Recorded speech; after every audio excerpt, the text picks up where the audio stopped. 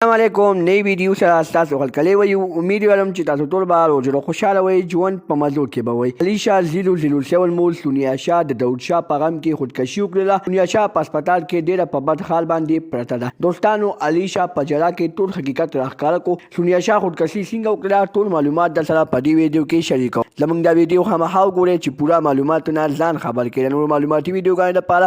زموږ چینل سبسکرایب کړئ تر نشان ورڅخه خامخا ووهئ چې زموږ هر یوه نوې معلوماتي ویډیو تاسو ته په اسانۍ سره ملاویږي پېښور کې علي شاه 007 پلار داود شاه باندې قاتلانه حمله شوې وه چې سونیا شاه ډېره زیاته په لایو ویډیو راغلې وه ډېر زیاتې جړلې وه د ځانه یې لیونۍ اشاره کړې وه وایي زما خاوند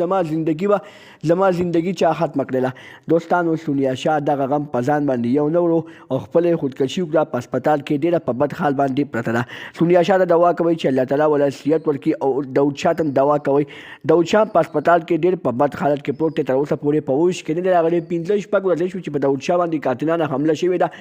ډېره زیاته وینه دې تللې ده د هغه وینې په وجه باندې داود شاه تر اوسه پورې په هوش کې نه دی راغلی او سونیا شاه دغه غم په ځان باندې یو نور او په خپله یې خودکشي وکړله د داود شاه په غم کې سونیا شاه هم خودکشي وکړله او علي شاه 007 یوازې کور کې پاتې ده یوازې په هسپتال کې دا هر یو خدمت کوي ډېره زیاته جاري وایي ما ته دواګانې کوئ مونږ الله تعالی په کوم امتحان کې راګیر کړي وو د نورو معلوماتي ویډیوګانو لپاره زموږ چینل سبسکرایب کړئ د نشان ورڅخه خامخا ووهئ چې زموږ هر یوه نوې معلوماتي ویډیو تاسو ته په اسانۍ سره ملاویږي والسلام